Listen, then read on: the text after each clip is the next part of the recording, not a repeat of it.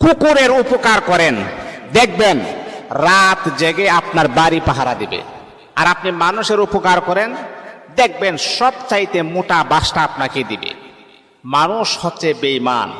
যদি আপনি ভালো মানুষের সংস্রব যদি আপনি না পেয়ে যান, যে বন্ধুর জন্য আপনি এত কিছু করলেন, যে বান্ধবীর জন্য আপনি এত কিছু করলেন, যে বান্ধবীকে দিনের পর দিন আপনি তাকে সম্মান শ্রদ্ধা করে আপনি গেলেন, তাকে এমন কোনো কথা বললেন না যেই কথা বললে তার অন্তরে কষ্ট পাবে, যেই কথা বললে সে বেজার হয়ে যাবে, যেই কথা বললে সে রাগ অভিমান করবে, এমন কিছু আচরণ আপনি করেন নাই।